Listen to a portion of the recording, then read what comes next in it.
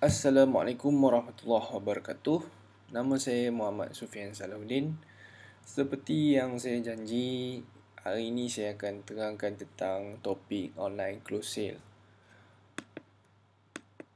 Okey, kenapa saya pilih topik ni? Sebab saya banyak terima email dan PM berkenaan masalah ni.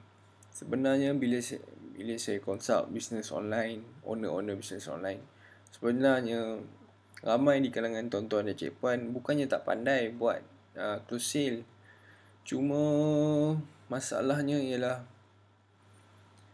tuan-tuan dan cik puan information overload. Tuan-tuan sebenarnya dah tahu, tapi disebabkan banyak sangat resource, jadi stuck, tak tahu nak mula macam mana. So, itu sebabnya saya buat video ni, supaya tuan-tuan dan cik puan nampak hala tuju, nampak apa yang patut fokus. Kalau so fokus dua benda ni saja, iaitu dua benda ni benda basic. Kalau baca buku Dan Kennedy ke, Mark Joyner ke, Kotler ke, David Ogilvy ke, dia orang akan sebut benda yang sama juga. Pertama, dapatkan audiens yang targeted. Kedua, berikan tawaran yang bagus kepada audiens tersebut. InsyaAllah dapat sales.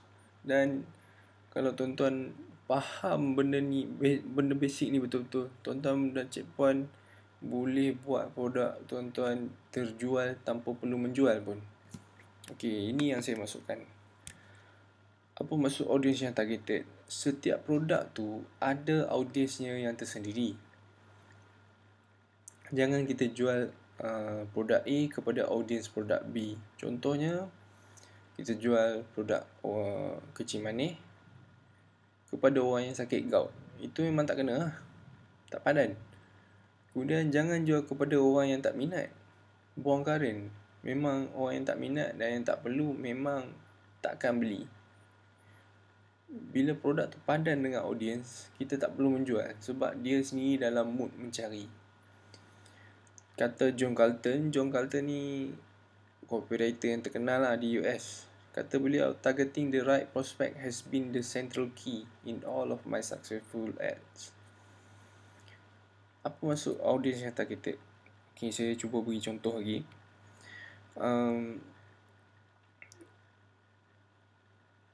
Kalau kita jual, katalah saya ni peminat bola, datang seorang salesman yang jual kayu hoki.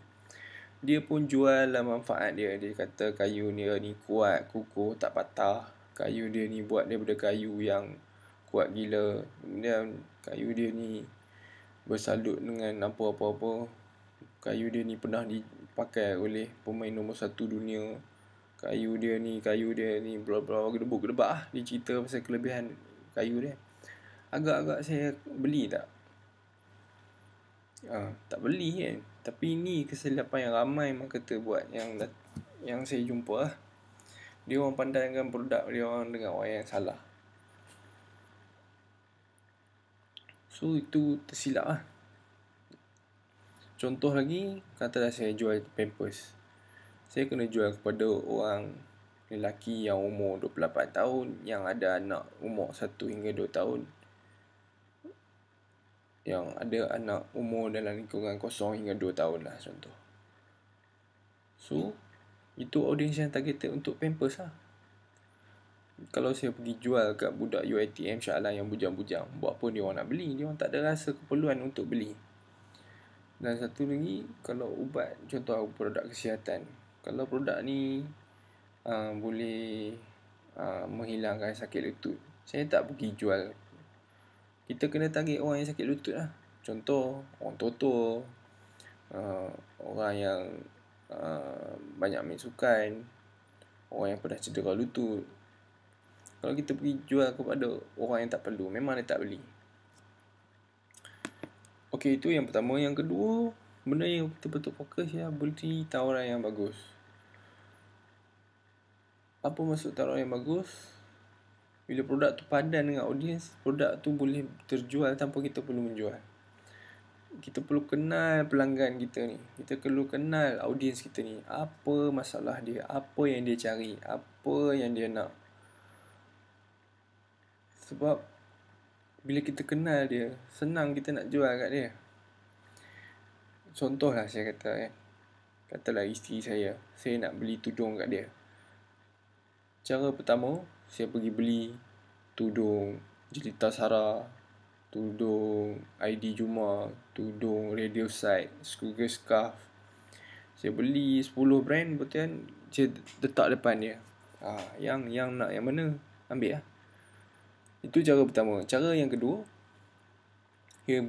sebelum saya beli, saya tanya isteri saya, awak nak tudung yang macam mana? Isteri saya pun buka mulut, cakap, saya nak instant shawl, colour gold, yang tak jarang. So, saya dah nampak dah dia nak tudung yang macam mana. So, kerja saya padankan dia dengan produk yang betul lah. Saya pergi kedai, saya cari instant shawl colour gold yang tak jarang. So, balik saya tunjuk, InsyaAllah dia minat nak pakai. Sebab memang itu yang dia nak. Sama juga macam pelanggan-pelanggan kita. Diorang ni kita kena faham apa yang dia nak sebenarnya. Apa masalah dia orang. Contoh macam tadi tudung kan. So kita ambil contoh baju. Baju nursing friendly, jubah. Kita kena design produk kita ni sesuai dengan target market. Contoh target market kita ibu yang nak pakai jubah, tapi jubah nursing friendly yang cantik. So apa yang kita kena buat ialah design produk kita tu sesuai untuk dia. Ada zip kat tengah supaya mudah menyusu. Ada kat tangan pun kosong, tak ada labuci yang tajam-tajam supaya bila menyusu muka anak tak calar. Kemudian design pun cantik. Biasalah perempuan kan, mak-mak pun nak cantik-cantik. So, nampak tak? Produk tu kita kena present nilai yang dia nak. Barulah dia rasa, produk ni untuk aku lah. Baru dia rasa perlu untuk beli. Kalau dia baca-baca, dia tengok, apa benda ni kan? Ni bukan yang aku nak. Sebab tu dia baca, dia belah, dia tak beli.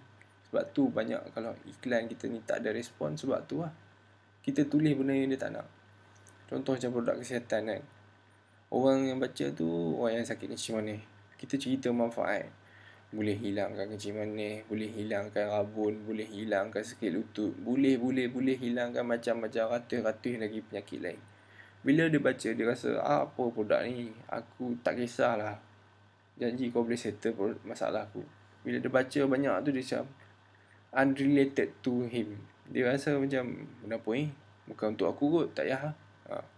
Bila kita tulis dari ayat pertama sampai ayat terakhir tentang masalah dia, insyaAllah dia beli.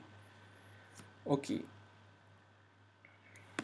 Itu maksud saya tentang macam mana nak dapatkan sales tanpa perlu menjual pun. InsyaAllah esok kita masuk ke satu bab lagi. Ada satu lagi video percuma tentang keyakinan kita menjual. Keyakinan ketika menjual. Maksudnya waktu kita WhatsApp close deal tu, macam mana kita nak yakin untuk menjual kepada dia, dan macam mana kita nak buat dia yakin untuk beli dengan kita. Dan kita tak perlu malu pun untuk menjual ni. Sebenarnya menjual ni bukan kerja yang hina.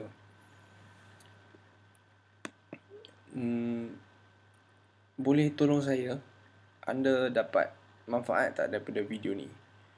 Kalau ya, boleh tolong share video ni kepada kawan-kawan yang ada masalah macam anda. Caranya mudah je. Just klik share ataupun tag je kawan-kawan ni. InsyaAllah dia pun dapat sama-sama manfaat. Jumpa lagi esok jam 10 pagi. Saya akan beri satu lagi video percuma. Terima kasih. Assalamualaikum.